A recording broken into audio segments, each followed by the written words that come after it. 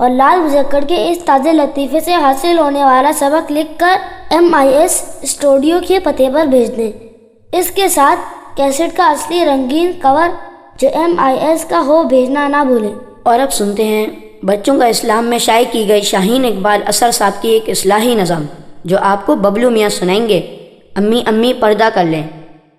جب اسکول سے پڑھ کر آئی کھائی پہلے دودھ ملائی، جان میں اس کی جان جب آئی ننھی اسما یوں چلائی، امی امی پردہ کر لیں، امی امی پردہ کر لیں، نیکی سے اب دامن بھر لیں، نیکی سے اب دامن بھر لیں۔ امی نے حیرت سے پوچھا یہ سب تم نے کس سے سیکھا؟ نہ کچھ سوچا نہ کچھ سمجھا، بس آتے ہی شور مچایا، امی امی پردہ کر لیں، امی امی پردہ کر لیں، نیکی سے اب دامن بھر لیں، نیکی سے اب دامن بھر لیں۔ ننھی اسما فوراً بولی، کہتی ہے میری ہم جولی، جس نے زلف اور صورت کھولی اس نے نارے دوزخ مولی، امی امی پردہ کر لیں، امی امی پردہ کر لیں، نیکی سے اب دامن بھر لیں، نیکی سے اب دامن بھر لیں۔ میری مصبی یہ کہتی ہے عریانی میں جو بہتی ہے، ظلم وہ جانوں پر سہتی ہے، با پردہ ہی خوش رہتی ہے، امی امی پردہ کر لیں، امی امی پردہ کر لیں، نیکی سے اب دامن بھر لیں، نیکی سے اب دامن بھر لیں۔ فیشن کب تک، زینت کب تک، راہ میں رلتی عصمت کب تک، خطرے میں اب عفت کب تک، غیر کے بس میں غیرت کب تک، امی امی پردہ کر لیں، امی امی پردہ کر لیں، نیکی سے اب دامن بھر لیں، نیکی سے اب دامن بھر لیں۔ عزم کریں ہمت دکھلائیں، اچھے کام میں مت شرمائیں، اہل جہاں سے خوف نہ کھائیں، رابعہ بصریہ یا بن جائیں، امی امی پردہ کر لیں، امی امی پردہ کر لیں، نیکی سے اب دامن بھر لیں، نیکی سے اب دامن بھر لیں۔ بندے جب چل کر آئیں گے رب بھی اعانت فرمائیں گے، نانا بھی تحفہ لائیں گے، ابو بھی خوش ہو جائیں گے، امی امی پردہ کر لیں، امی امی پردہ کر لیں، نیکی سے اب دامن بھر لیں، نیکی سے اب دامن بھر لیں، امی امی پردہ کر لیں، امی امی پردہ کر لیں، نیکی سے اب دامن بھر لیں، نیکی سے اب دامن بھر لیں۔